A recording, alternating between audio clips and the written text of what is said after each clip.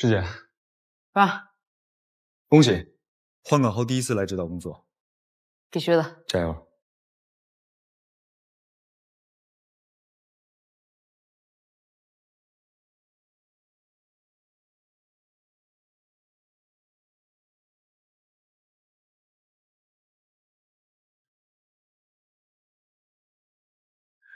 这一层除了赵总的书房、卧室，还有小赵总的卧室，剩下几个房间平时基本都没人去，但是每天都会打扫。那有不常打扫的房间吗？顶头那个房间是赵总的储藏室，除了赵总在的时候才能进去打扫。最近他工作很忙，已经很久没人打扫了。请帮我们开上门。好的。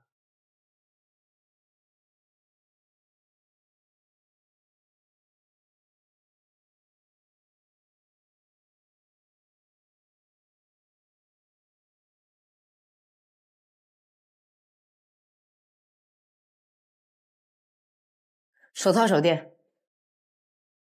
怎么了？这个门被撬开过，里面保险柜撬开了。你们赶紧查一下这附近的鞋印和脚印。好的。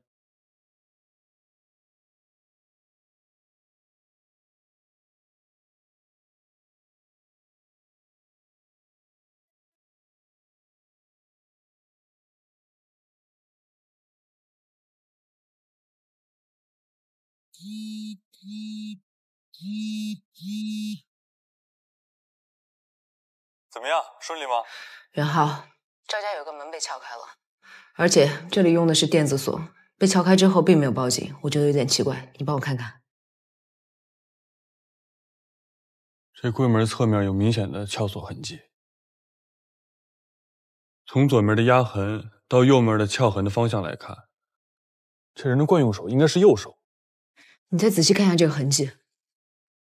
这正常人的右手力量比左手力量大多了，这压力应该集中在前面，但是从痕迹上来看，现在压力集中在后面，这说明这个人的右手力量很弱，要么是伤，要么是残疾。看来我的想法没错。你再看一下电子锁这边，这撬痕是扁条形的，而且边缘有棱角。你再往前推点。好，可以。这个压痕和柜角的面积接触比较小，顶部还有尖锐的划。这用的工具应该是长条形的撬杠，而不是柱形撬杠。作案人准备的很充分，看来有可能是惯犯。这锁的外面没有什么明显的破坏痕迹，得拿到实验室进一步看一下有没有外力开锁的情况。那辛苦了，先挂了。行，没事儿，有什么事儿你再给我打，好吧？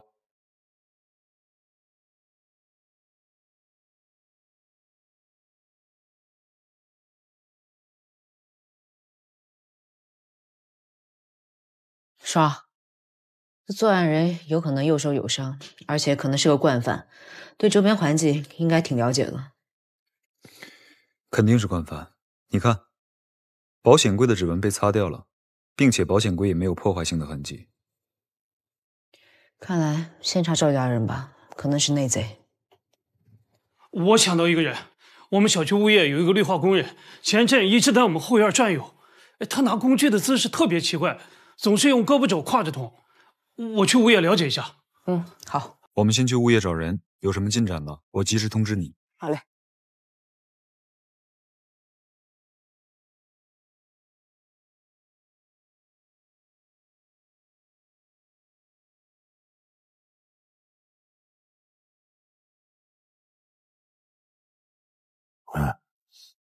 来，坐。你喝多了。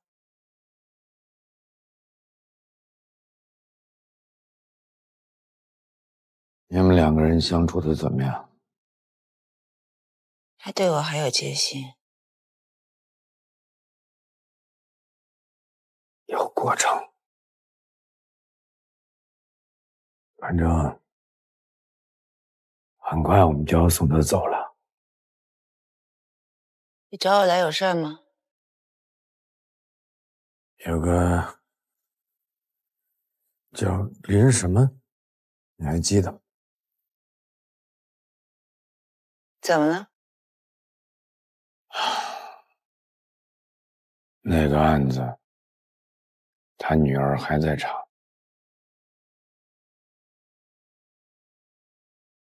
没什么事儿，我就先走了。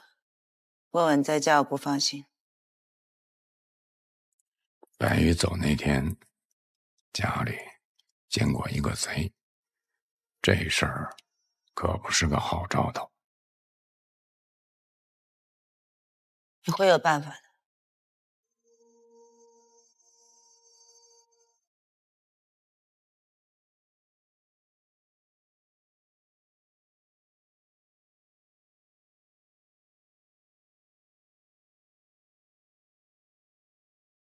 来活了。经过公安的调查走访之后呢，这个赵家别墅的盗窃案的犯罪嫌疑人已经锁定了。这人叫刘栋，他是金海湾的绿化工人，那是他的资料，你赶快熟悉一下。那太好了，说不定他看到什么了。你说这些都没用，公安已经讯问过他了。这人油腔滑调的，他拒不承认盗窃。刚好那天别墅的工作人员也都放假，家里只有赵氏父子2个人，他们没听见任何动静，也不知道有入室盗窃。那这件事情有点棘手了。所以现在这个案子由咱们组负责跟进，我来负责。我已经跟老钟打过招呼了，你赶紧熟悉一下案子，然后跟上节奏。邱检察官，这是我来的第1个案子，保证不让你失望。有那时间喊口号，你不如多干点活。好嘞。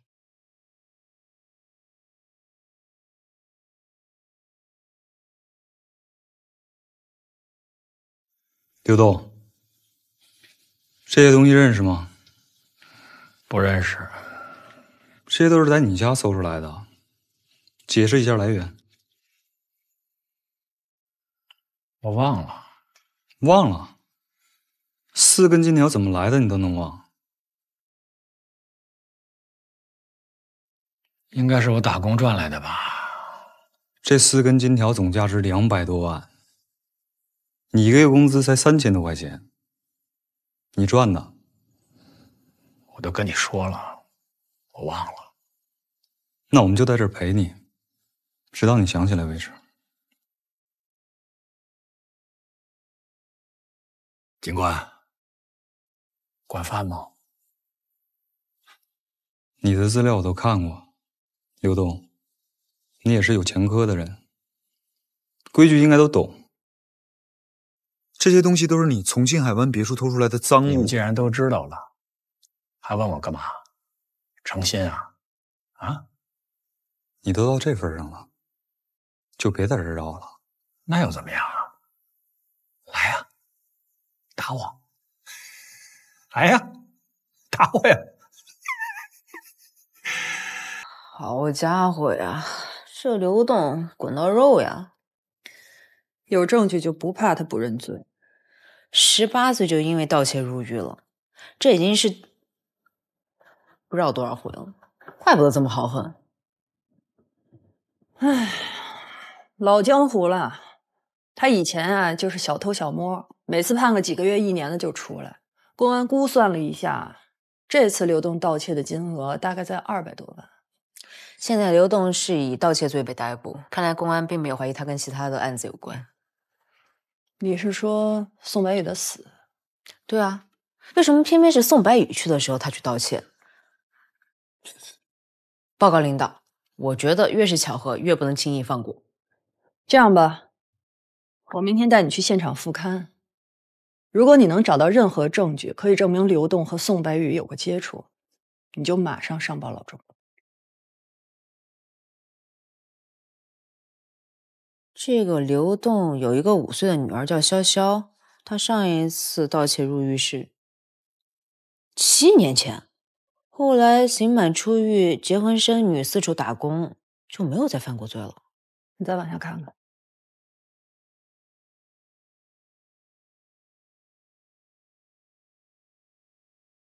他女儿有白血病。贫穷和弱势也不是犯罪的借口。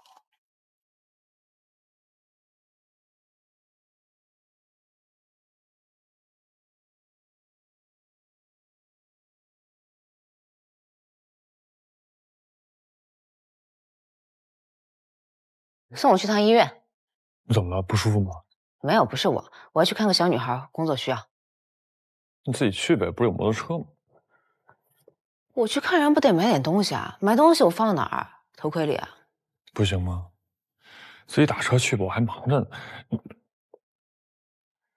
这刚才吧，叔叔给我发了条微信，我就在想吧，下一周要不然请叔叔到我们家，我专门给他做顿饭吃。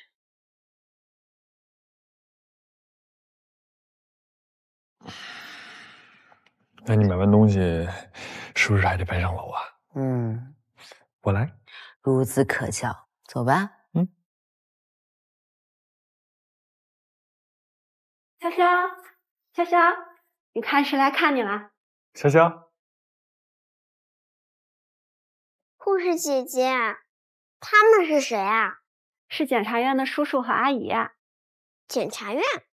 护士姐姐，检察院是什么意思呀？潇潇，我们是你爸爸。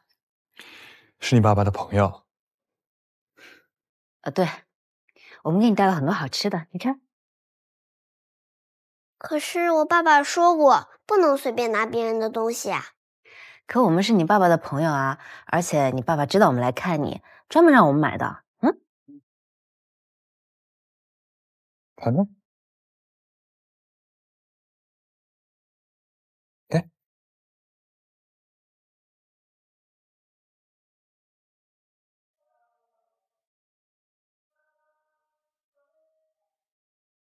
好吃吗？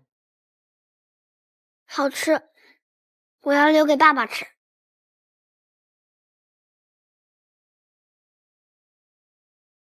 叔叔阿姨，你们知道爸爸去哪儿了吗？他什么时候回来啊？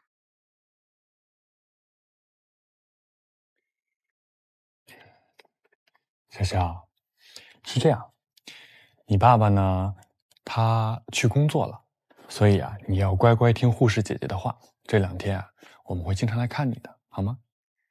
那我爸爸他什么时候回来啊？你爸爸等你病好出院的时候，他就回来了。真的？真的。那拉钩。好。拉钩上吊100年不许变。变了是什么？小狗。真乖，快吃吧。不行，我要留给爸爸吃。那你吃别的？不行，其他都要留给爸爸吃。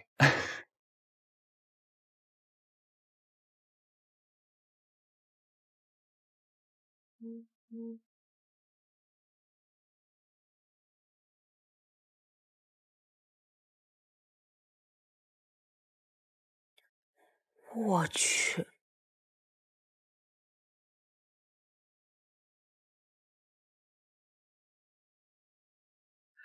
林远浩，林远浩，你转钱干什么呀？给我装不在是吧？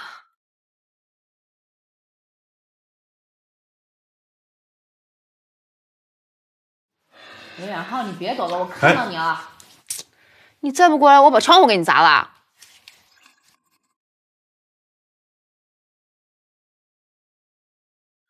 你要干嘛呀？你转我钱干嘛呀？这小小治疗费算我一份。你怎么知道我去给他交费用了呀？你离开病房的时候，那眼睛四处瞄，像打了什么主意似的。你说是去买水，直接就往那交费大厅跑了。你以为我不知道啊？林老师果然目光如炬。我说你这人真逗啊！做个好事儿，为什么偷偷摸摸的呀？那还不是怕你叨叨我，说我又不符合规矩。像你以前总是那么铁面无私。这法律是有温度的，而且我是个人。再说，这也不算违规啊。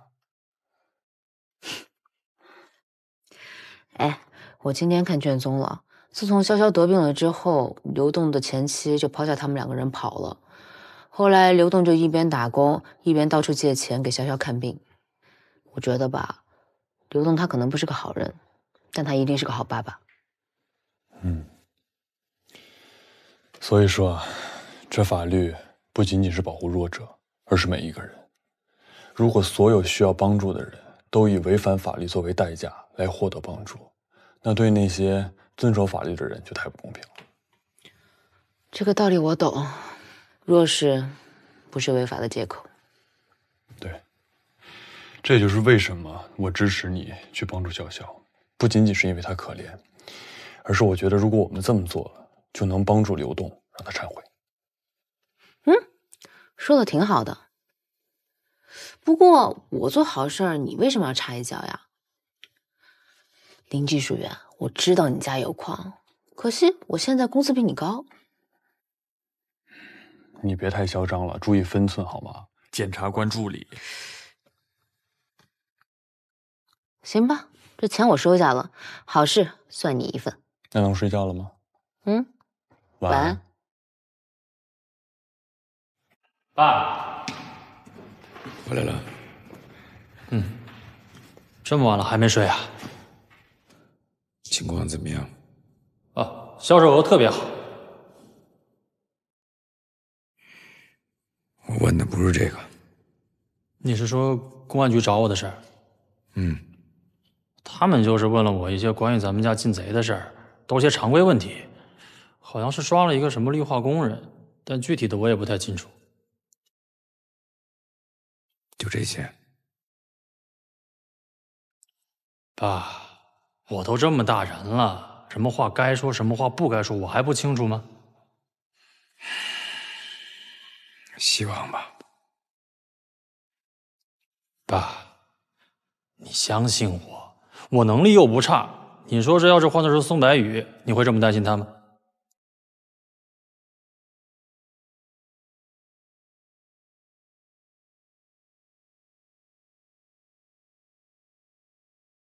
对不起，爸，我记住，多说多错，不要有任何多余的动作。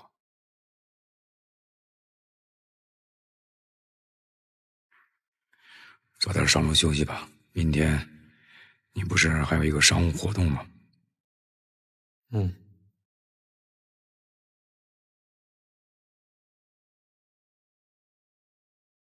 爸，你原谅我了吧？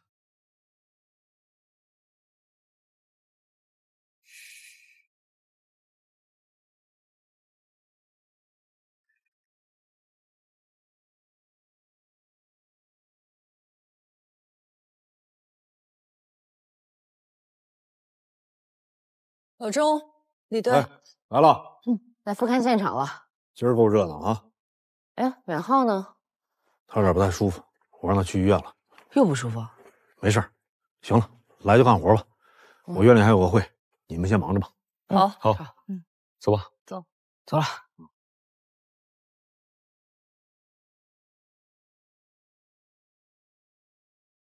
我们对别墅周边进行了排查，基本上可以确定，嫌疑人就是从这个位置顺着这棵树进入到别墅实施盗窃的。我们现在对阳台上的指纹和鞋印进行对比，已经确定这个嫌疑人就是刘栋。看一下这个，哎呀，这下面都是监控，而且这监控还是对着大门口。刘栋能有恃无恐的从这儿爬上来，就证明他应该知道赵家所有的工作人员都不在，而且他也知道这个监控和报警器都已经关闭了。那就对得上了。然后他有很长的时间可以撬开保险柜。没错，刘栋作为绿化人员，提前隐藏起来，等员工全部都撤离以后，进入别墅实施盗窃。邱检察官，我是这么想的。刘栋有很长的时间可以进行盗窃，那个时候正好宋白宇来到赵家，就算他看不见什么，但很有可能他能听见什么。这是一个合理推断。那接下来我们就要等刘栋的口供。好。刘栋，我是你案件的公诉人，今天来找你核实案件经过，请你如实回答。你们公诉人讯问，不就是走过场吗？我懂。我的案卷，公安那儿都有，你抄一份，我签字不就完了吗？多省事儿啊！右手受过伤啊？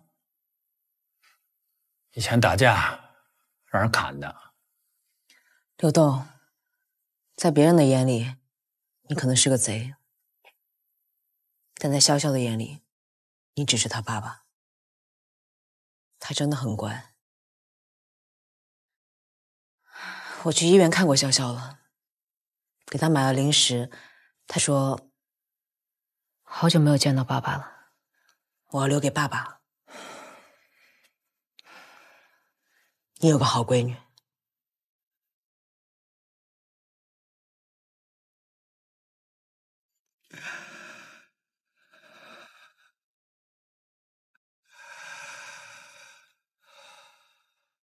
自从我女儿查出了这个病，根本负担不起这个医药费，我得想办法去弄钱，救我女儿。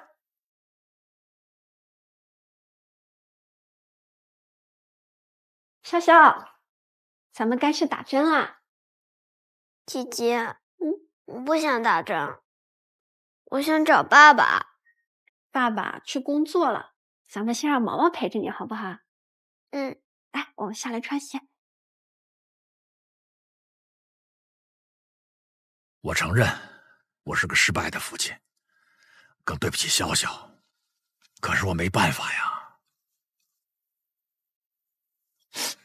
这点你别担心了。截止到现在，潇潇的医疗费我都已经垫上了。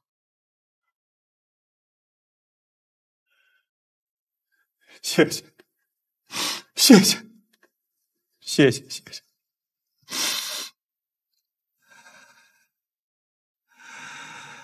好，想问什么？问吧。你为什么选择赵家别墅？我在金海物业打工，院里的环境我比较熟悉。那栋别墅呢，经常的没什么人。我想，就算偷了什么，即便把我逮着了，我把东西一出手，我女儿治病的钱我就交上了。说一下你那天的作案经过吧。那天，物业的管家，还有各家的保姆，突然就被叫走了，连监控也关了。我就寻思着，这是一好机会。下午的时候呢，我就藏在院里，等到天黑了，我就按事先踩好的点儿，到了他们家2楼的楼下。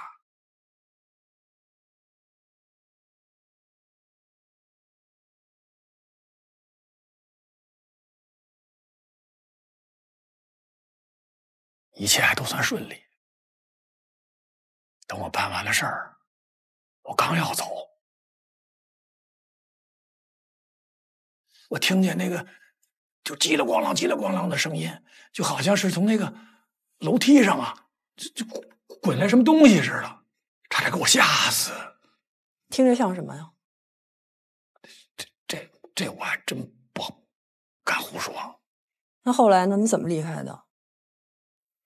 过了一会儿，我就听着没什么动静了，我就出来了。你走的时候看见什么了吗？或者说你听见赵家有什么动静吗？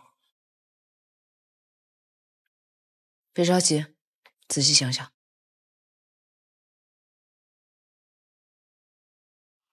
哦，我还真想起来了。我从这2楼露台的墙上啊，刚想往下翻的时候，我看见一女的，挺年轻的，金色的头发。后来呢，她就上了一车，一会儿那车就开走了。金头发，那你能形容一下她的体貌特征吗？就或者说给你照片，你能认出她吗？这个真不行。车呢？车什么样子？什么颜色？还记得吗？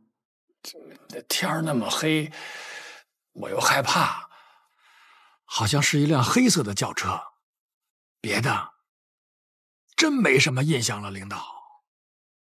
刘栋说，他听到那天晚上有重物坠下楼梯，他觉得好像是人。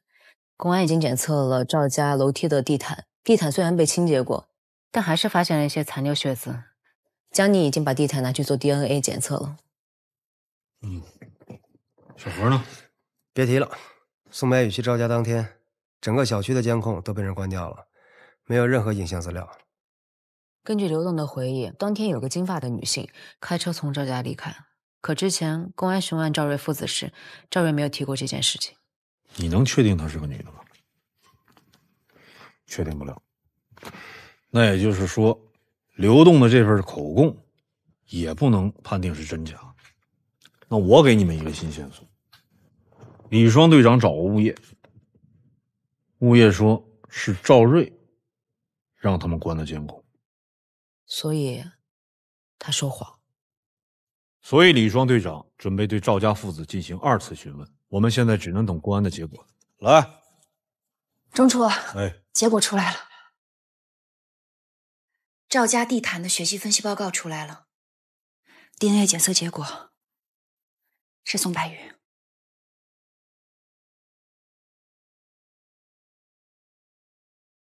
好了，这回基本锁定，马上同步给头队。好。爸，公安局那帮人又来了，要咱们过去配合调查。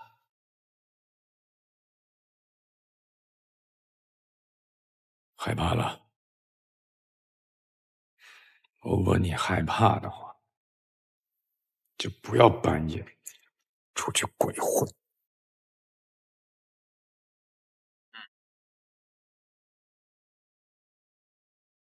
上次他们拿走地毯，我就知道还会再来。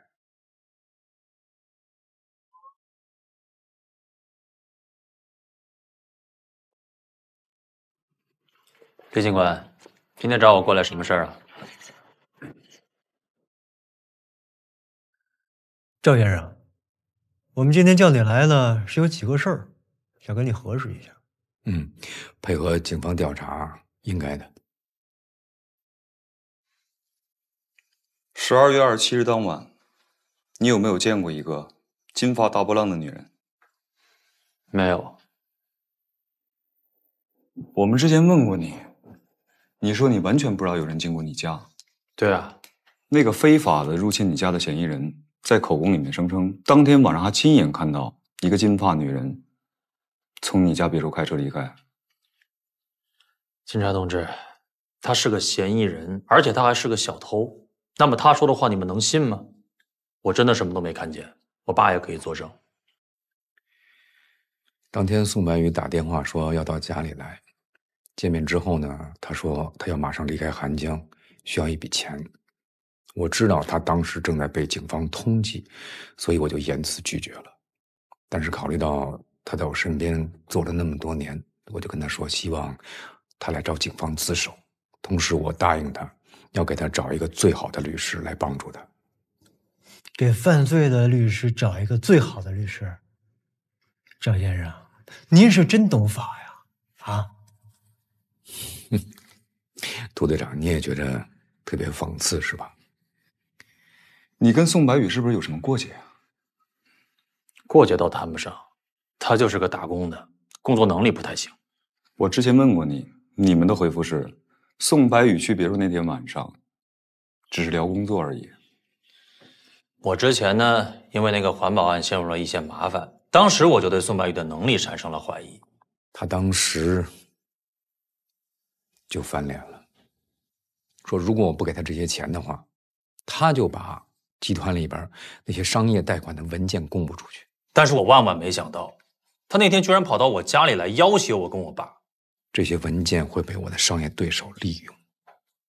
东城就急了，跟他吵了几句。不过还好我们事先有所防备，所以我们也不怕他，当场我们就拒绝了他。这种人我可不敢得罪，我就让东城送他离开。不对吧？这时候人就走了，那血迹什么时候留下的？我们在你家别墅的地毯上发现了血迹，这个血迹来自于宋白宇。如果只是谈工作的话，你怎么解释？为什么地毯上会有宋白宇的血迹？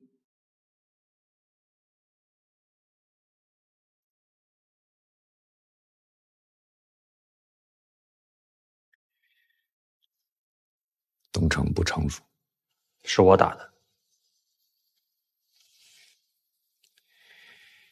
宋白宇当时非常的狂躁，说急了以后，他就开始砸家里边的东西。你要知道，他1.9米的个子，家里面就……哎，赵先生，咱们说重点，你就说这个血迹是怎么回事？我让东城送他离开，他动手了，东城也还手，2个人推搡了起来。东城一拳打在他的脸上，他从楼梯上面滚下去。我听到动静嘛，就过来查看。东城嘴角受伤了，宋白宇鼻子也出了一些血。我生气啊！他宋白宇算个什么东西啊？凭什么过来威胁我跟我爸？我当时生气，所以我就打了他一拳。我就是要告诉他，不要痴心妄想，做这种蚂蚁想撼动大树的事情。然后呢？然后他当时正好就站在楼梯口，一不小心又滚了下去。他从楼梯上摔下去的。嗯。他当时情况怎么样？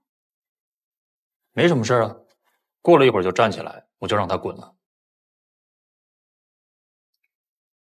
按照你说的，宋白宇是掌握了你们集团的商业机密，去要挟你们。他既没有拿到钱，还让你给打了一顿。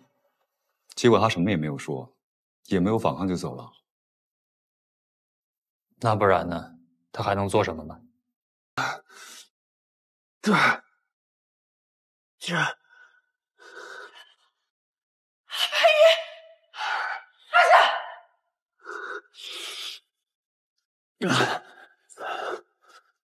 白宇，没事吧？记得把钱打给我。你待着吧。白宇，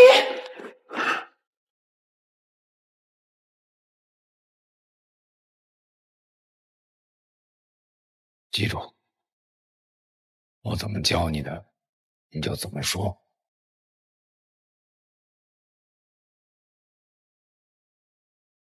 来，给，谢谢啊。没事，谢谢。头臀比5.7啊。嗯，你说他什么时候能叫爸爸呀？为什么不是先叫妈妈再叫爸爸呀？行，不跟你争了。来，送给妈妈一个礼物。这2天你就在家闷头做这个呢？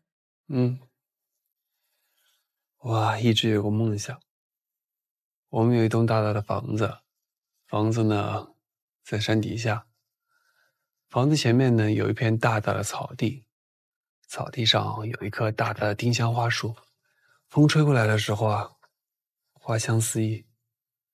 我呢就坐在树底下喝咖啡做手工，你和孩子啊就在树旁边捉迷藏。这一天不是快到了吗？谢谢你。不客气。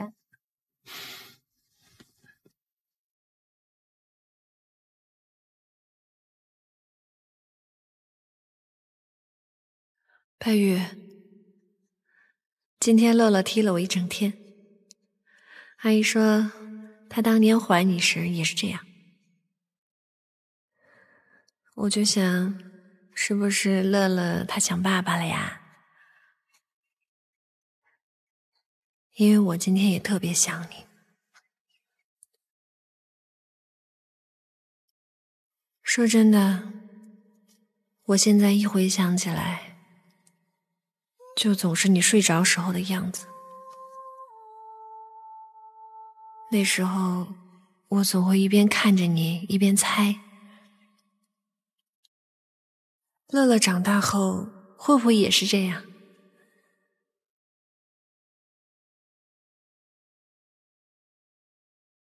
想着想着，我们一家3口的生活就在我梦里出现了。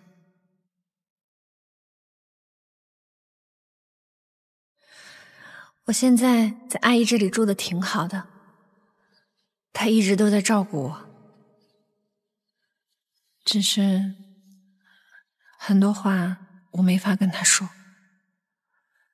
我也感觉她有好多事儿不愿跟我说。白月，等你收到我的信，你能告诉我那天到底发生了什么吗？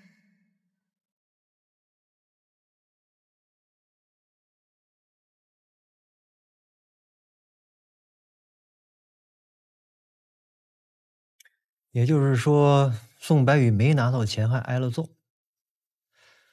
那以你对宋白宇的了解，这事儿他能这么就完了吗？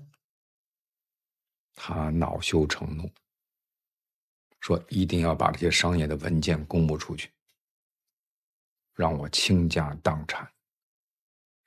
涂队长，你也知道，我是一个本分的商人，我的目标就是让咱们城里边这些老百姓能够过上幸福的生活，所以我绝对不会受这种违法分子的威胁。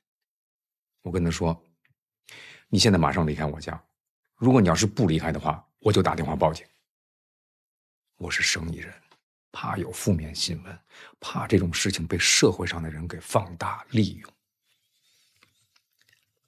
宋白宇走了之后，你们父子俩干什么了？训斥，我严厉的训斥了东城。后面因为我们还有一个电话会议，我带着东城去开会了。那上次我们去你们家，你为什么没有提你儿子跟宋白宇动手的事儿？中国有句老话嘛，家丑不可外扬。我觉得这么小的事情就没必要给警察添麻烦了。那地毯上的血迹为什么事后清理了？我爱干净，家里的管家和保姆也见不得脏。至于他们什么时候去清理的，我还真的不知道。好，最后一个问题，那天你为什么让物业把你们小区所有的监控全都给关？因为我觉得在韩江市我也算是公众人物吧。宋白宇被通缉，他找上门来，如果让外界知道，肯定会对集团公司产生不好的影响。所以我就让管家通知物业把监控关掉，因为毕竟那是自家的楼盘嘛。好，赵先生，那今儿先这样，谢谢你的配合。应该的，应该的。哎，赵先生，那天跟宋白宇一块儿去你家的那个人，他是谁啊？来我家的就宋白宇一个人，没有其他人。不是吧？有人看见一个戴着墨镜的金发女子，就在你们家楼下。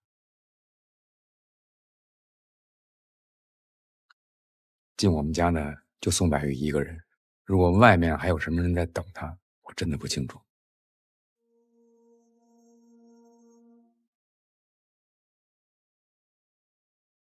明白了，谢谢你的时间。祝涂队长早日破案。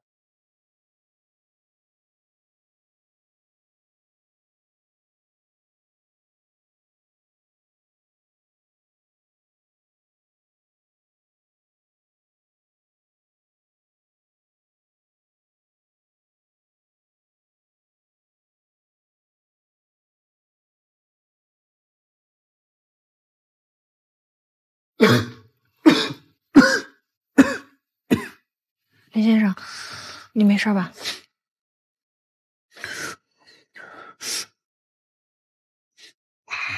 没事。哎，这以前啊，是我最喜欢的味道，但现在闻不了了。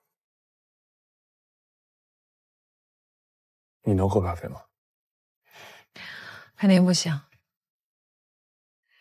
但是我也实在是太想念这味道了。咖啡啊，木工啊，都会让我想起白宇以前的家。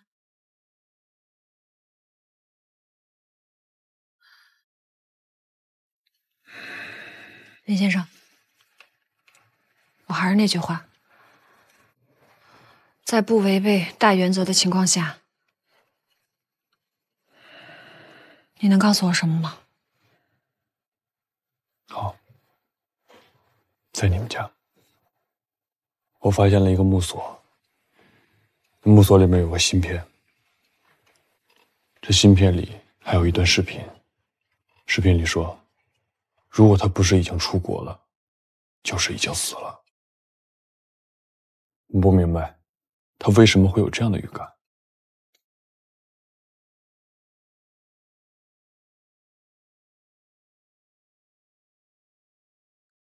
我也不知道他为什么会有关于死亡的预感。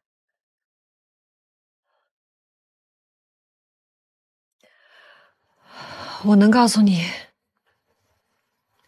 白宇在出国前的计划和安排。他本来打算让我先飞到夏威夷，然后转机到圣基茨。他说他会开车到河内，到了那之后他会跟我联系。之前他已经在瑞士银行存了一小笔钱，等到他人过去之后，他会再带一大笔。有了这些钱，我们可以做点投资，可以保证我们的生活过得很好，也可以给孩子一个好的生活环境。就是这些了。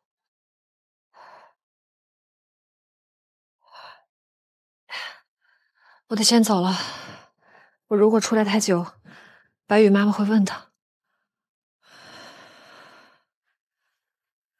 这几年我撒了太多谎了，我累了，我也不想再撒谎了。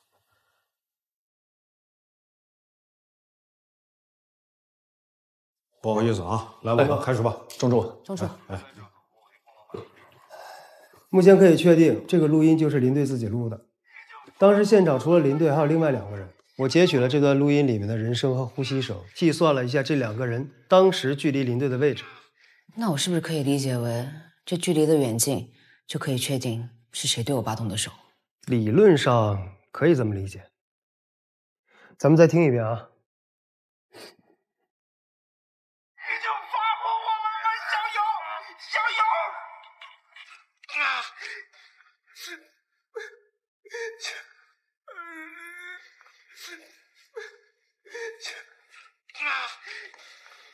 通过计算，这个没有说话只有呼吸的人，距离林队当时的位置非常接近，小于50公分。而秦修文呢，会稍微远一些，至少在120公分之上。你的意思就是秦修文当时在现场，不是离林小勇最近的那个人？是的，不是秦修文，因为120公分远远超过了秦修文单臂臂长，所以他很难直接接触到林队。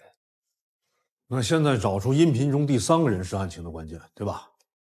钟叔说的没错，这个人就是杀害我爸爸的凶手，不能让他逍遥法外。老何，谢谢你。我也不是为了帮你，这不是你一个人的任务，是我们所有人的职责。小何，还有什么新发现？我把背景音的音频波形单独截取出来，做了降噪处理，单形成了一轨，一起听听。钟叔，您用这个听。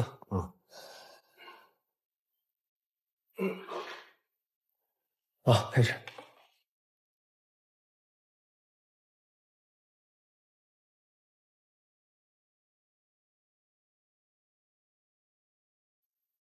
再放一遍。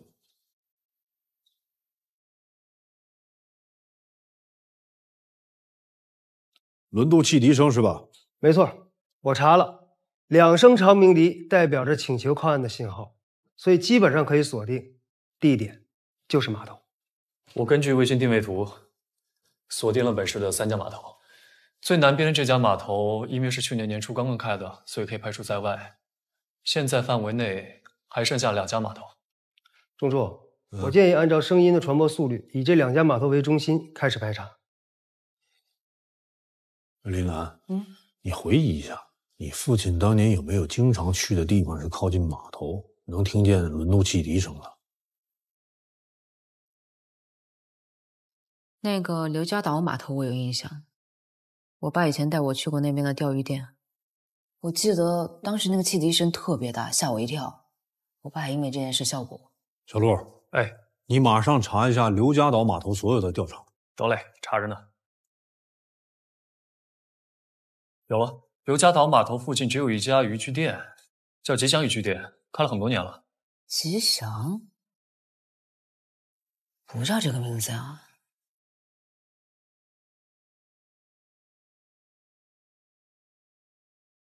夫人，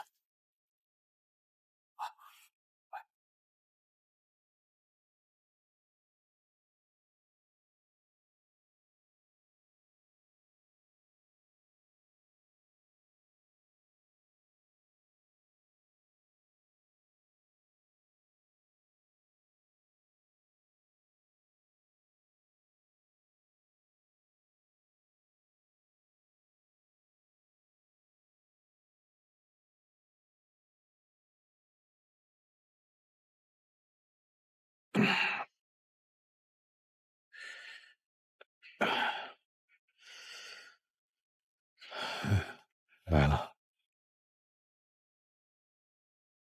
香港那边的事情已经办妥了，现在就是韩江的货是有点麻烦。没关系，我去联系。外面风大，到屋里坐吧。陪我坐一会儿。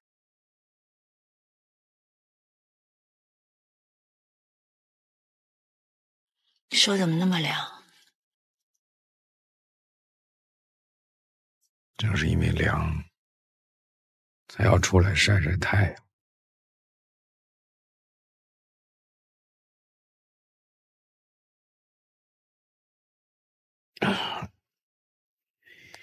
问俺家孩子怎么样了？身体还好，情绪很差。今后的生活，他可能没有准备。万一我们2个人被通缉，孙子的生活必须有保障。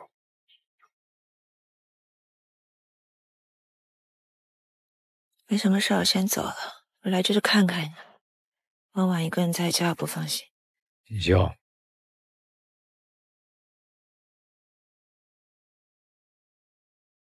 小孙子的未来就靠我们2个人了，咱们不能出错。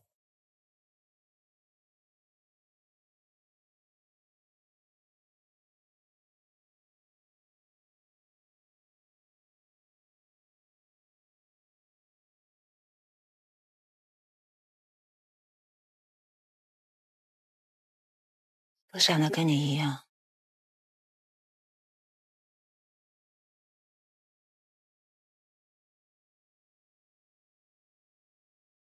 来了，来坐。我给你介绍一下，这是当年钓场的老板，何老板。这位是我们检察院同事林兰。请问各位领导找我有什么事啊？请问一下，这个人你还有印象吗？哦，他呀，他是个警察吧？这个人好像姓林。您还记得呀？怎么突然问起他呀？这个牵扯案情，不便多说，请你理解啊。理解理解。我只是没想到，都这么多年了，还有人找我问起他的事。您这句话什么意思呀？也算是我的一个心结。有一次大半夜的，当时也就是这个季节，特别的冷，店里没什么生意。哎，我正准备关门，他突然很急的到了这儿还带了一个人。当时我也没有多想，就正常做我的生意。结果到了第二天早上，新闻上就说这林警官死了，死的是非常突然，所以我对他的印象也非常深。以前啊，他总来我店里买东西，还有一次带着他的女儿，也就这么高吧。想起那个晚上，我就觉得非常蹊跷。那您看一下，这个人是那天和林队一起来的那位吗？这个不记得了，因为那天天特别黑，而且我离那人很远，根本看不清。这样吧，您要再想起什么呢，咱们随时联系。好嘞，没问题。好，谢谢。没事，谢谢了。没事，你客气了，客气了。那我们先回了。哎，行，那你们慢走啊。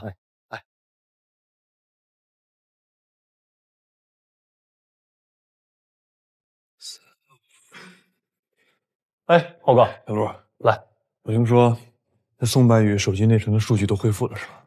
对，你看这个，这就是从宋白宇手机里恢复出来的通讯记录。这是温婉给他打的电话，但之后所有未存的未接来电，都是温婉的新号码给他打的。我想宋白宇你还是比较了解一些，所以想请你看看有没有什么隐藏信息。15点34分，他们通过一次话是吗？但是温婉给宋白宇打电话，应该挺正常的吧？哇，小陆你不知道，温婉找过我，他跟我说这个时间点他手机已经丢了。那会不会是温婉为了掩饰他给宋白宇打过电话，故意骗你的呢？不知道，但我总觉得这事没这么简单。辛苦你了，我再去搜集一些资料。行，那你自己注意点啊。好。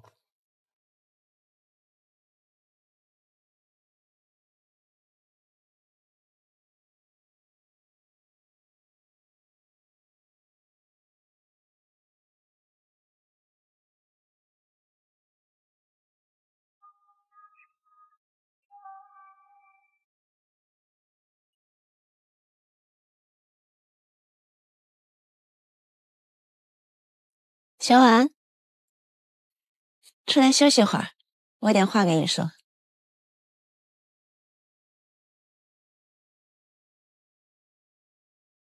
这张卡是给你的，密码是白宇的生日。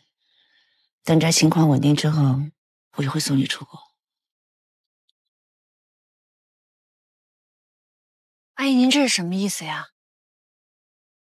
在不知道是谁杀了白宇之前，我不可能走的呀。你为什么这么想知道这个真相呢？难道您不想知道吗？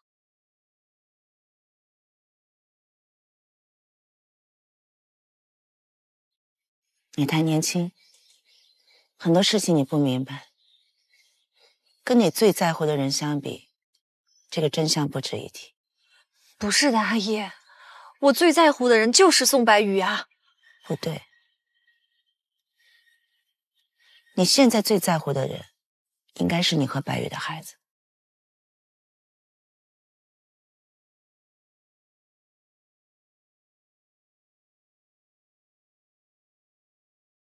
送你平安出国，不仅是我的愿望，也是白宇的。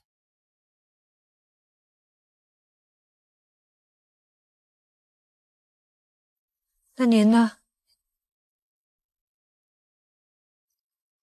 您会跟我们一起走吗？不会。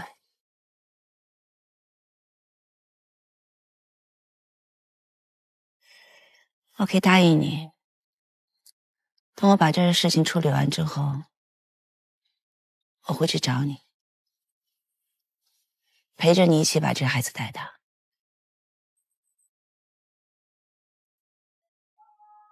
收下。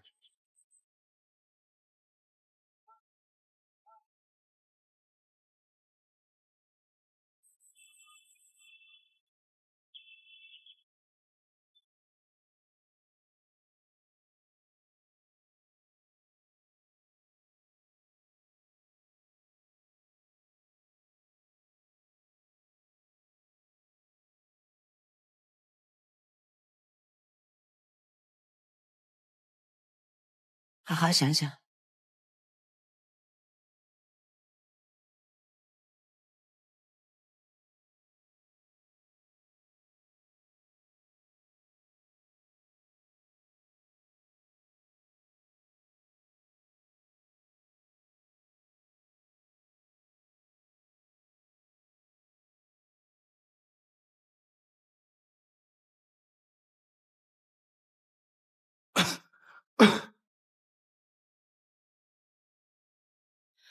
是真的，那段录音是真的。我爸去过那个鱼棚，而且还有人跟他在一块儿。怎么了？这个啊，没事，新的，喝吧。啊，我今天和老郑去了那个鱼棚，那个鱼棚老板他记得我爸，他甚至还记得我。他说最后一次见我爸的时候，我爸好像跟什么朋友在一起。那个老板对那个人还有印象吗？他就说那个人当时很害怕。害怕？有没有可能这个人其实是录音里的第3个人？有可能。那他跟你爸什么关系啊？为什么出现在一起？如果这个人是凶手，他们来渔具店又为了什么？所以说线索到这儿又断了。哎呀，不过那个鱼棚的老板说了，他想到什么会给我们打电话。行，那你先别着急，咱们先等一等，或许会有新线索。你在看什么呀？赵氏集团的资料。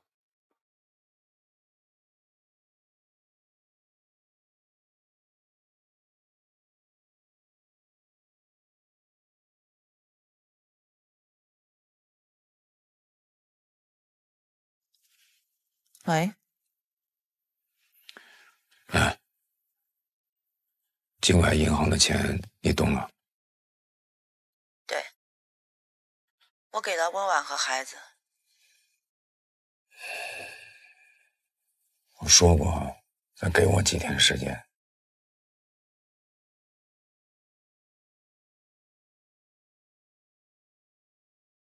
我动的是我的那部分。什么时候走？快了。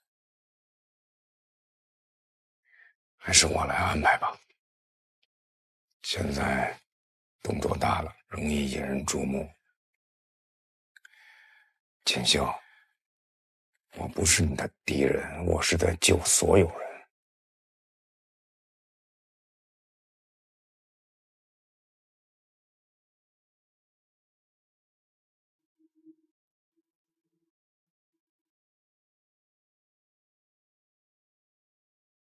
你好脏呀，回去应该洗澡啦。哎呀，怎么变矮了？快长高了。潇潇你好，我可爱吗？好可爱呀！你喜欢我吗？喜欢。潇潇，你看给你带什么来了呀？谢谢姐姐，真乖。袁浩叔叔也来看你了。袁浩叔叔好。哎，你是姐姐，我怎么成叔叔了呀？你个大男人在乎这么多干嘛呀？哎，小小，这个姐姐帮你拿去。这是爸爸买的，不能弄丢。小小，你误会了，姐姐是看它有点脏，想拿回去洗一下再拿回来，好不好？不行，这是爸爸买的，不能丢。好好，不洗了啊。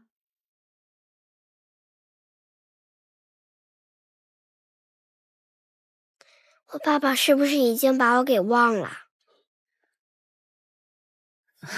怎么会？你爸爸……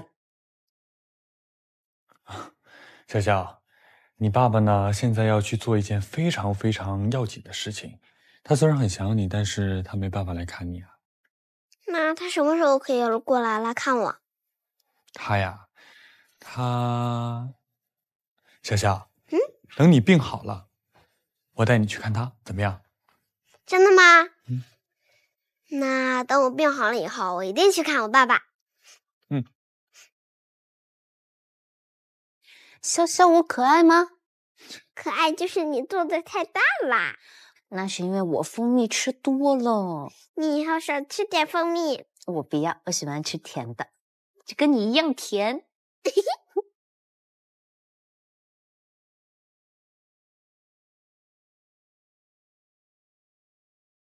怎么了？有点感同身受吧。不过我爸走的时候我挺大的了，再加上我还有姑姑在身边。可潇潇不一样，她生着病，爸爸也不在身边，也没有其他亲人。是不是还有很多像你这样的人在关心他？再多人也抵不上自己爸爸在身边。下午流动开庭，你准备好了吗？没问题。哦，那你是不是转岗之后第一次去上庭啊？对啊，还有点紧张。紧张什么呀？邱检察官经验丰富，而且流动这个案子比较清晰，证据链完整，没事儿的。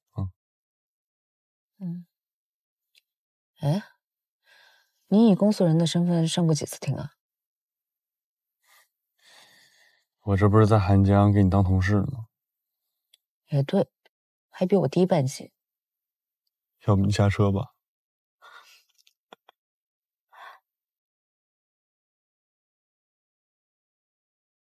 被告人刘栋，男，1971年9月28日出生，金海湾别墅区物业职工，因涉嫌盗窃罪，于2018年2月21日被韩江市公安局刑事拘留。同年2月25日，经我院批准，被韩江市公安局逮捕。本案由韩江市公安局侦查终结，侦查机关以被告人刘栋涉嫌盗窃罪移送本院审查起诉。本院受理后，依法讯问了被告人，审查了全部案件材料，听取了被害人及被告人辩护人的意见。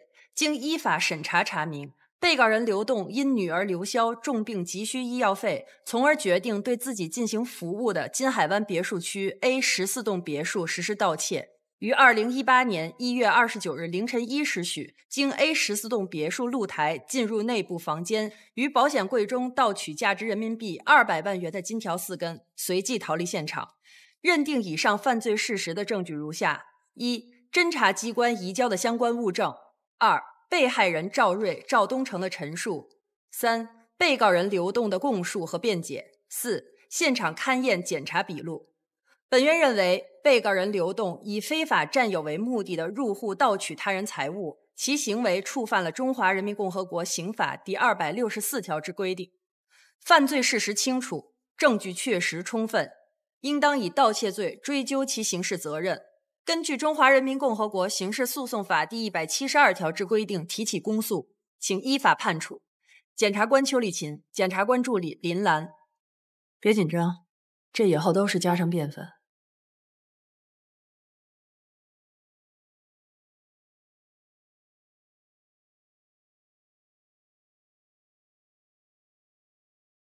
被告人刘栋，你对上述指控是否有异议？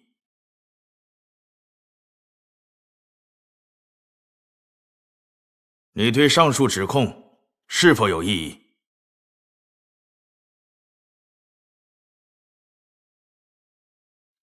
有异议。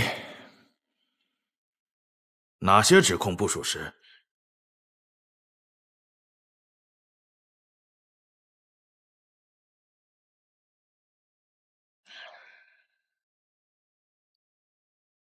我不光偷了东西，我还杀了人。你杀了谁？杀了2个男的，叫什么我也不知道。当时我偷东西的时候，正好跟他们撞上了，我就杀了他们。后来我又偷了他们的车，把他们塞在后备箱里，沉湖了。下面由公诉人讯问被告人。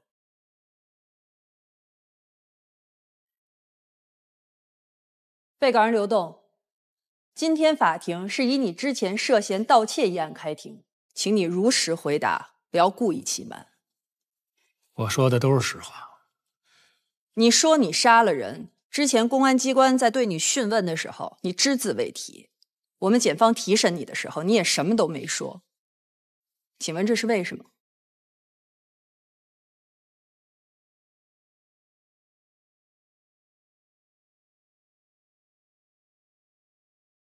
是检察官在让我撒谎。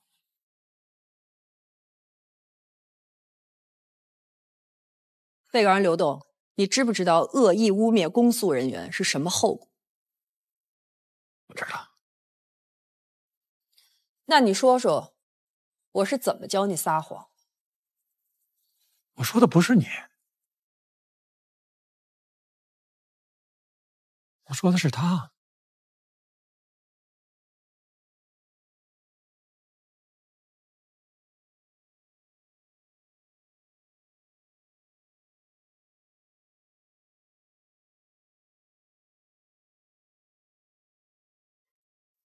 我杀了人，我特别害怕。本来我不想说这事儿，后来我怕瞒不住了，我想交代。可是他不让我说。被告人，你说检察官助理故意让你隐瞒杀人的事实，这是对检方行为不合法的指控。如果你说了谎话，是要承担相应的法律后果的，你清楚吗？我清楚，我清楚。他托律师找我，让我交个实底。我说了。后来律师跟我说，警察那儿一点线索都没有，让我咬紧了嘴，不能说出杀人的事儿来。那你现在为什么要交代？我害怕呀。就算我自己不承认，将来被你们查出来，我得判多少年啊？左右一想，我还是争取主动吧。主动交代，争取从宽处理，或许我还能保条命。那你说检察官助理为什么让你撒谎？这对他有什么好处？律师跟我说，这位林检察官心理上好像有些问题。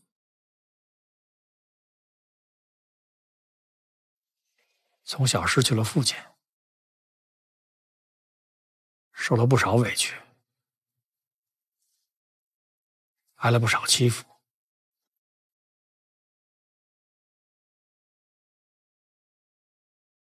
他可能一看到没父亲的小女孩，就想起他自己了吧？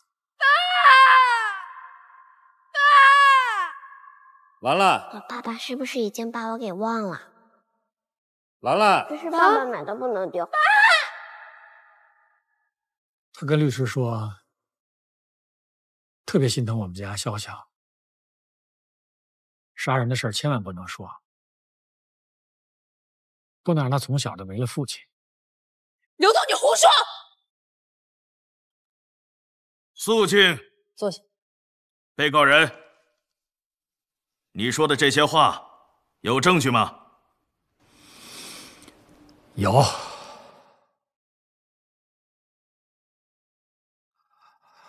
他经常去看潇潇，为了表示诚意，还把潇潇住院的医药费给交上了，还偷偷的给潇潇塞钱，买好吃的。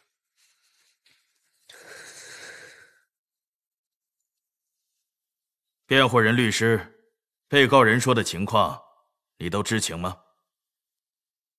报告审判长，刘栋之前的辩护律师裴东因病请假退出了本案。被告人刚才所述的情况，我也并不知情。审判长，该情况如果查明属实，那么检察人员与本案存在利害关系。按照法律规定，我有权利申请有关人员回避。根据刑诉法第31条规定，检察人员回避应当由检察长决定。鉴于被告人的说法是否属实，需要时间调查核实。法庭决定暂时休庭，开庭时间另行通知。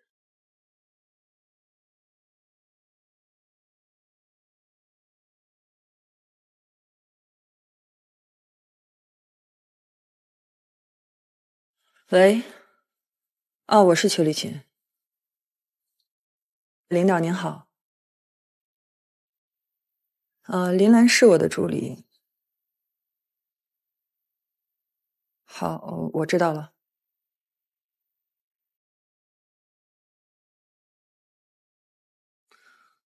林兰还在谈话呢。这件事情非常严重，组织一定要查清楚。刘栋一直强调，林兰缴了住院费以后，想从情感上打动他，让刘栋认为林兰是真的为他好。林兰怎么说？住院费是他交的，但是他不承认，引导刘栋不让他认罪。刘栋的这个翻供是毫无意义，他的盗窃罪已经坐实，而且金额巨大，肯定是判无期。所以他认不认杀人这个罪，他都出不来。如果组织上调查刘栋的描述属实，林兰就不适合现在这份工作。那你要是在这种情况下给林兰停职，我觉得对她太不公平了。公不公平不是你说的，也不是我说的，是要以组织调查结果为准。而且现在停他职，对他也是一种保护。就这么定了，等他谈完话，你通知他吧。也只能这么做了。近日，别墅失窃案犯罪嫌疑人刘某对杀害某律师事务所合伙人宋某一事供认不太过分了吧，顾哥，这帮人怎么能这么胡说八道呢？他们根本不了解情况。我看这就是有人在刻意制造舆论。这种恶意的攻击，没必要看了。这就是诬陷，你们觉得可能吗？当然不可能了。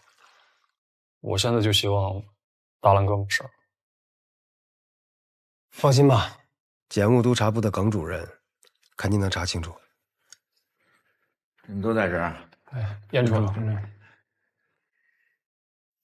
我知道你们都很关心林兰，但是现在你们谁也帮不上忙。在事情调查清楚之前，不要去打扰他，不要给他增加太大的压力。放心吧，燕主。好，干活吧。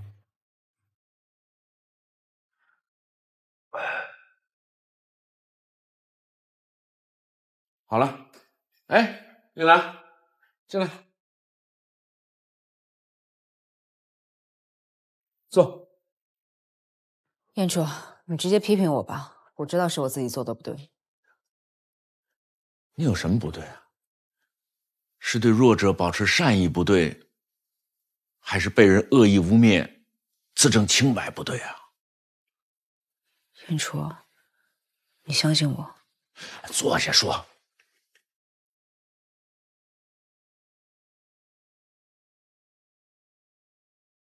林兰，没有人怀疑你，我们自己同志什么样，我们很清楚。调查是必须的，你刚刚转岗就面对这样的挑战，对你的成长也是个帮助。这个刘栋非常顽固，下了厅一句有用的话都没说。邱主任现在正审着呢。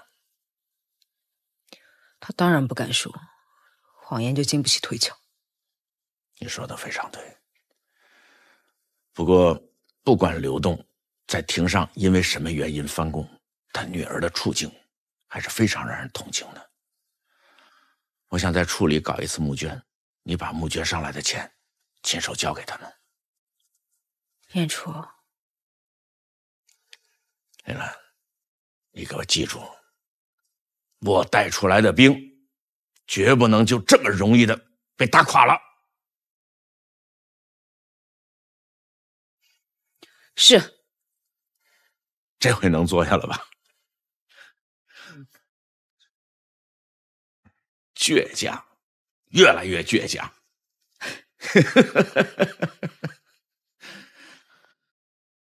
唉，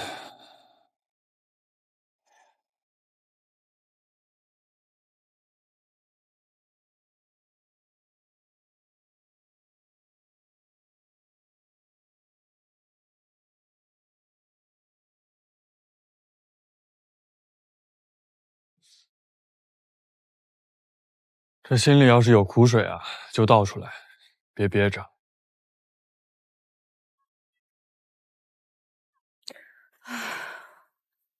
就是不知道说什么。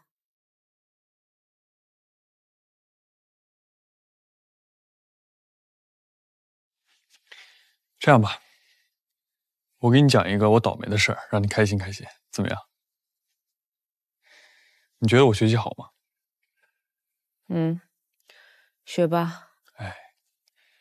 但是我差点肄业，真的。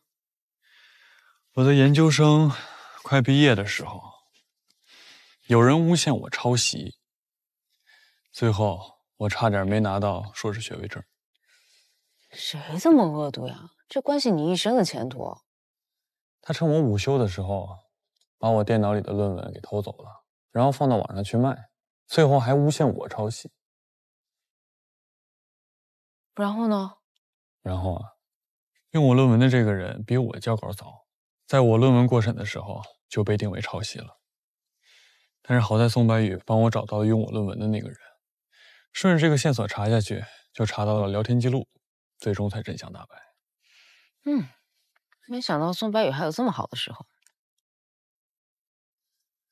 我想跟你说的是，在真相大白之前的这段时间，我非常的纠结，但是真相一定会水落石出的。这为了安慰我，老底儿都翻出来了，够意思。我好多了。有数据显示啊，说这个女人在心情不好的时候，智商几乎为零。你现在这样就是严重的智商不足。你用你的脑袋好好想一想，这件事它到底是哪儿出了问题？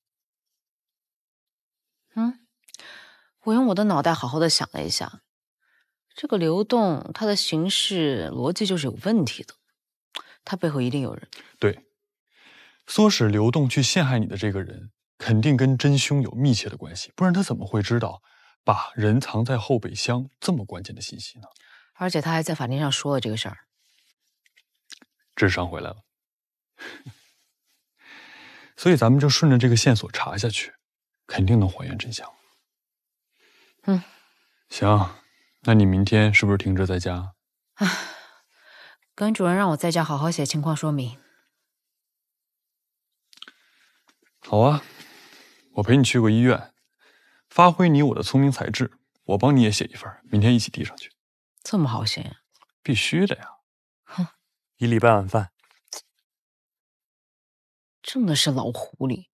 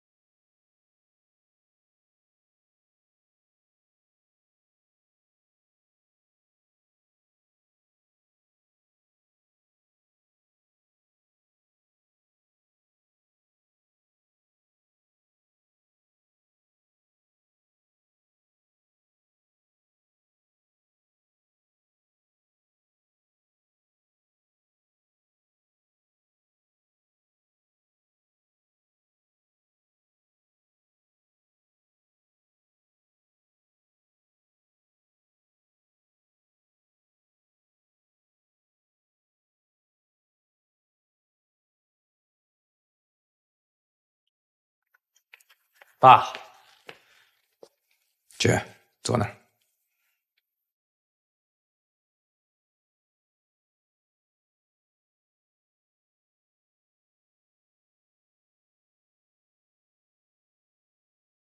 裴东怎么回事？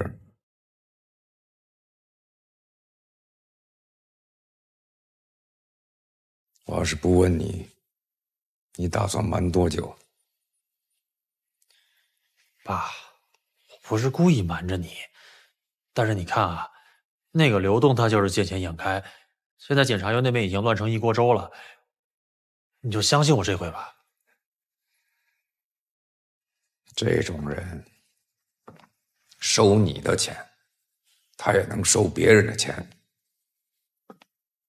这个刘栋不光不会成为杀人犯，你还会让别人通过这条线摸到你的身上。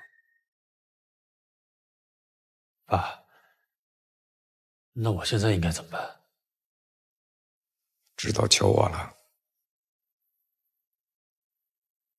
我错了，爸，以后再也不敢了。那个裴东我派人处理了。谢谢爸。坐下。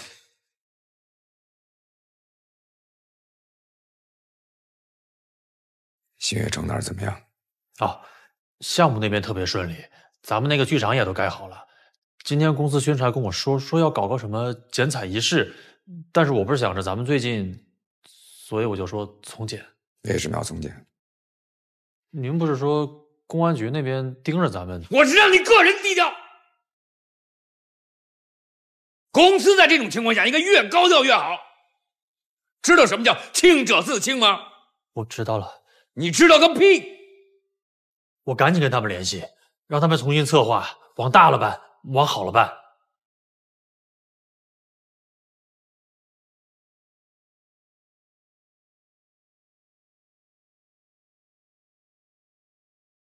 董成，你是咱们公司的脸面。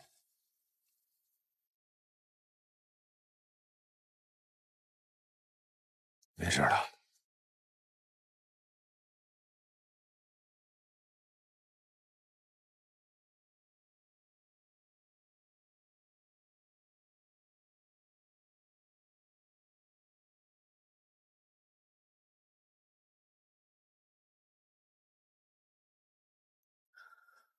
林兰是我带的，她现在出事儿了，我一定要负这个责任。我会尽快给一个结果。好，邱主任，潇潇的事我也有参与，我也有责任，我会尽全力帮助林兰洗脱冤屈。我们跟刘栋之前的律师裴东了解情况，发现他已经出国了，根本联系不上，所以现在要换一个调查思路。你有什么想法吗？我想申请复查宋白宇最后开的那辆车，因为这个刘栋虽然亲口承认宋白宇是他杀的，但是对杀人的细节和过程却闭口不言。如果我们能找到一些细节，证明这个刘栋是完不成的或者做不到的，就能攻破他的谎言。好，我们分头去找。好。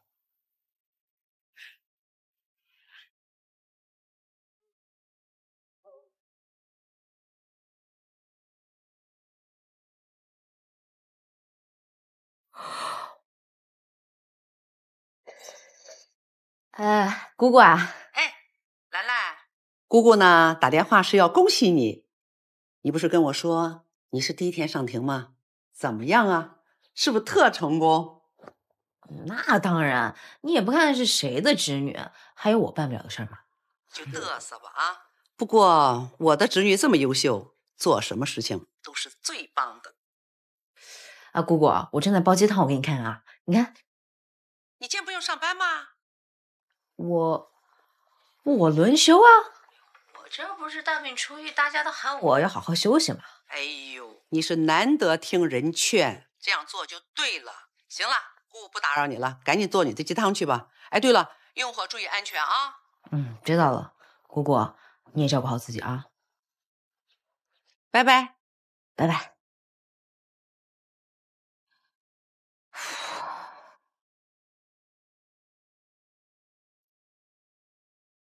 哎，岳浩，林兰怎么样？我们大家都还挺担心她呢。没什么事儿，没事就行。浩哥，那邱检察官那边有没有什么新的消息啊？公安复查了宋白宇开的那辆车，在车上发现了毛发纤维，是人造假发，金黄色的。哎，那刘栋之前不是说看见一个戴金色假发的女性开了宋白宇的车？那这事可能是真的。证据还是不够硬。邱检察官说会找刘栋再谈谈，你们也别太担心了。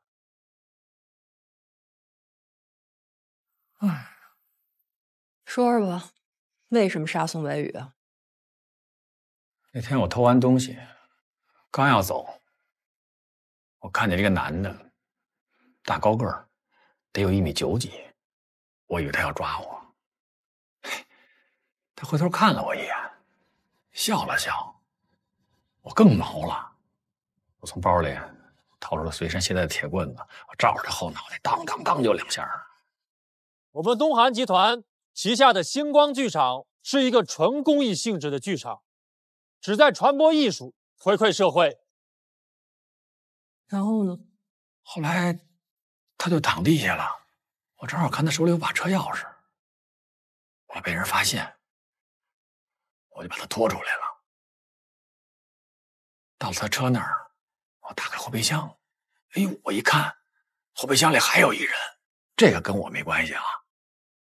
我一想，事已至此，干吧。我们东韩集团决定以星光剧场的名字成立一个星光基金，剧场的全部收入都会用来帮助患有白血病的儿童，免费的为有困难的家庭提供医疗支援。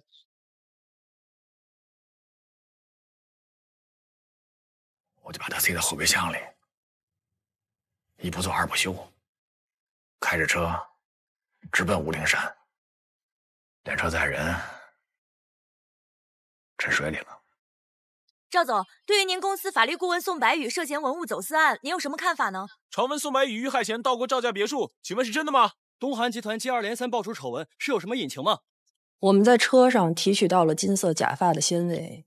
你之前不是说是一个戴着金发的女的开着宋白宇的车离开的吗？是男的还是女的呀？是你看见的，还是就是你啊？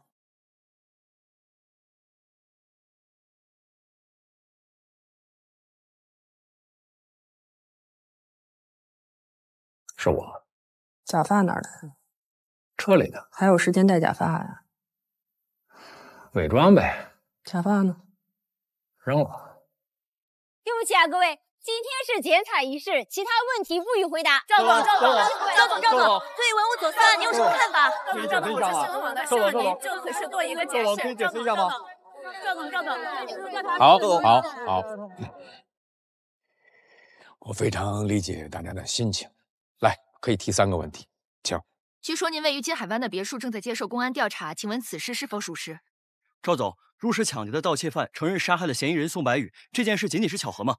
东韩集团是不是涉嫌文物走私案？好，我来回答大家的问题。你是几点钟开着宋白宇的车从别墅到武陵山的？具体时间我没看。会开车吗？会啊，我原来干过货运，开了好几年车呢，老司机了。怎么了？几点到的家？几点到的家？反正我到家的时候天都快亮了。怎么回去的呀？车都沉塘了。我走在半路上，正好碰上一辆车，他也回城里，捎了我一段。都给你编好了吧？你要不信，我也没办法。首先，东韩集团目前正在积极的配合警方进行各项调查，相信调查结果出来之后，警方自然会向大家宣布。其次呢，我相信各位都是专业的媒体人士，一定不会去道听途说、偏听偏信。要知道，我们东韩集团一直以来都是为社会服务、为百姓服务的这么一家公司。我们过去是这样，今后也同样会如此。走，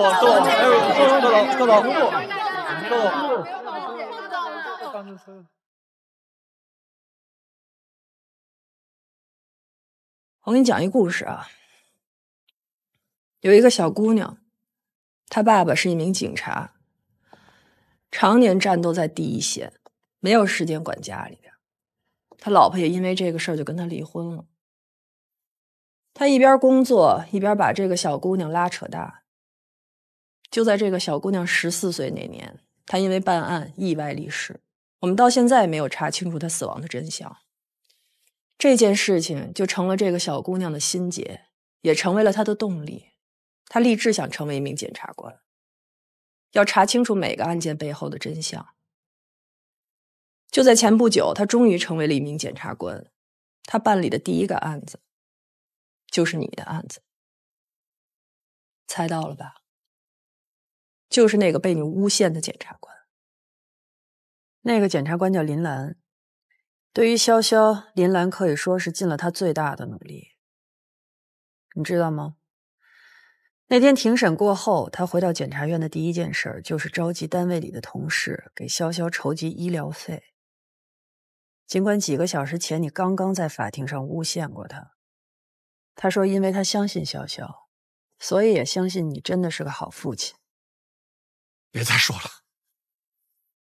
但是刘栋，你要知道，做一个好父亲，绝不仅仅是给孩子留足够的物质那么简单。我们每个人都在努力让潇潇的心中充满爱和希望，可你又留给他什么了呢？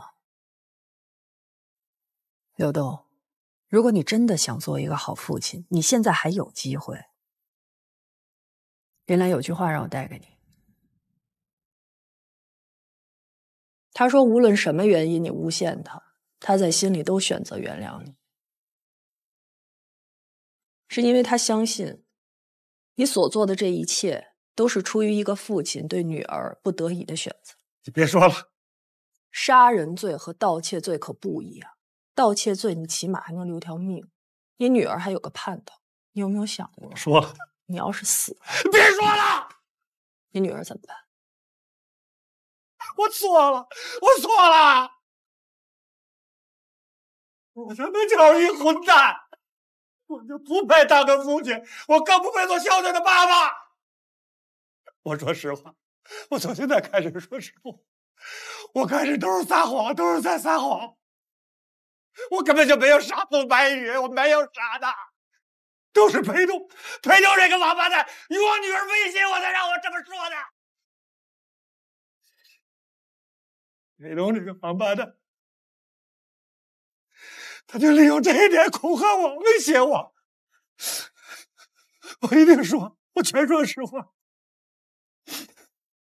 好，刘栋，那你现在把事情的来龙去脉说清楚。大家过来一下，告诉大家一个消息。哎，怎么了，顾哥？刘栋全招了，他承认自己诬陷林兰。我就说嘛，太好了。同时，上级也宣布林兰正式解除调查，随时可以归队。真的啊？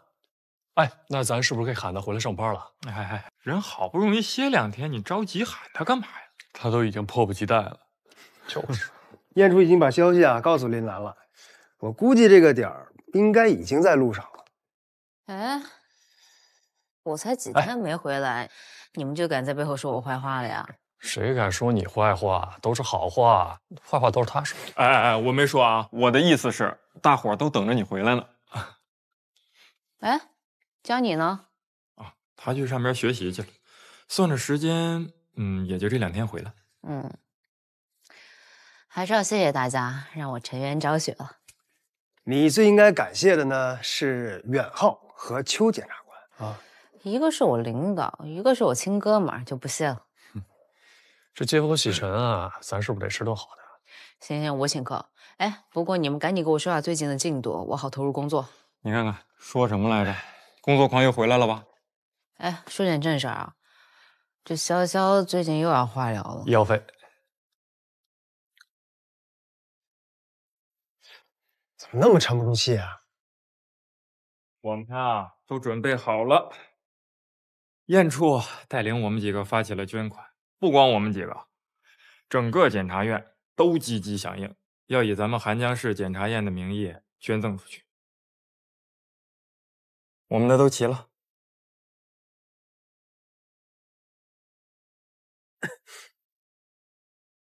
谢谢大家。行了。喂，邱检察官。什么？刘栋要见我？好，我马上过来。我先过去了啊。得，饭又好，干活吧。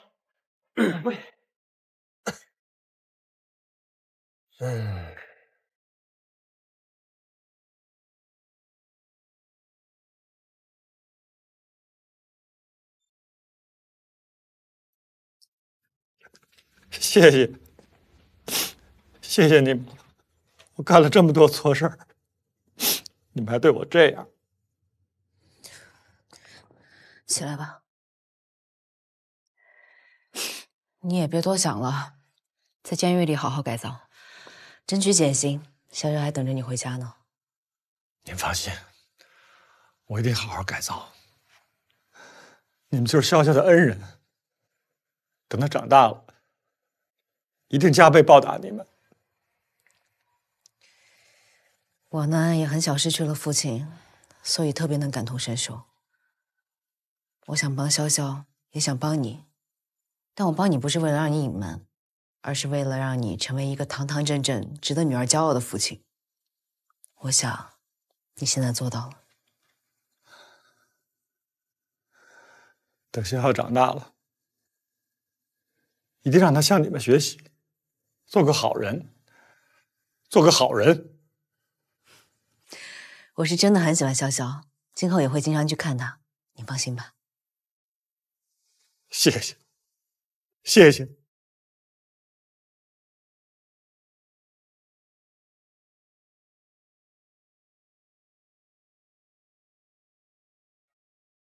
在我心里，我一直都把你当家人。夫人对我有恩，她问我，我不能不说。不该说的，我一个字都没说。锦绣捡你回来那年，你多大？9岁还是10岁，记不清了。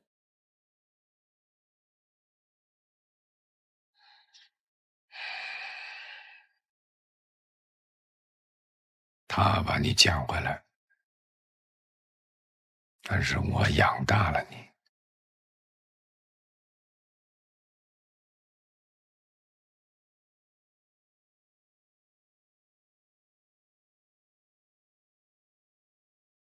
你心里要清楚，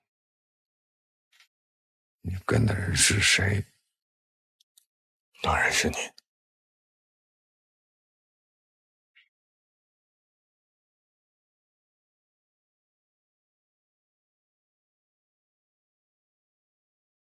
快点长大。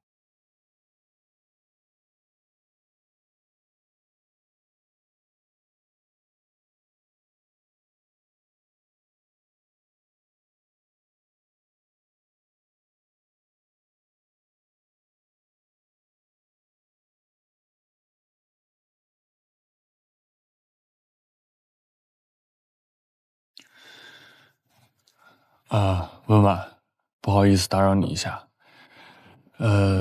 我想知道你的手机是几点丢的？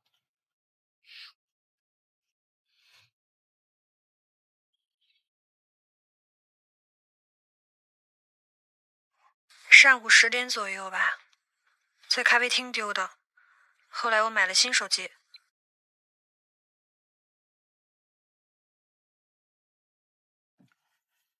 那新手机是几点买的？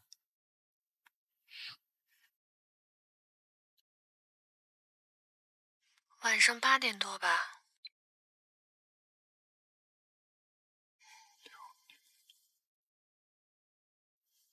好，谢谢啊。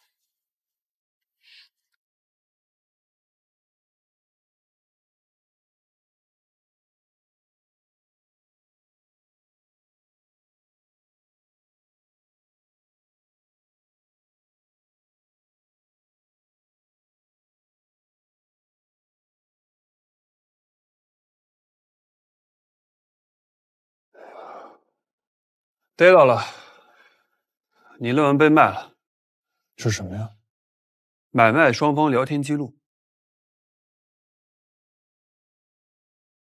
哪儿来的呀？